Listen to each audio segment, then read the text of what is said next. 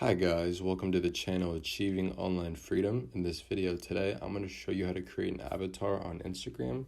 It is very simple, so let's go ahead and get started. So the first thing you want to do is head to the Instagram app. Once you're here, you want to go to your profile in the bottom right corner, and then click on the three lines in the top right to go to settings. Once you're at the settings page, you then want to select on your account, and then you'll see an option for avatar near the middle of the page.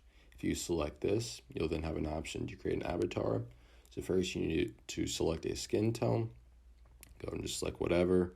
Put a hairstyle. You just go down, figure it out. Once you're done with this, go ahead and select done in the top right.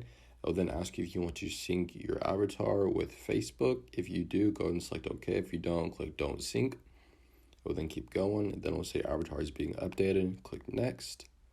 And then now it will then be in your stickers. However, if you ever want to get rid of it, you should go back to avatar, go to the edit at the bottom right corner, and then click on the trash can on the right side of the screen. Then say click delete, and then it will then delete your avatar.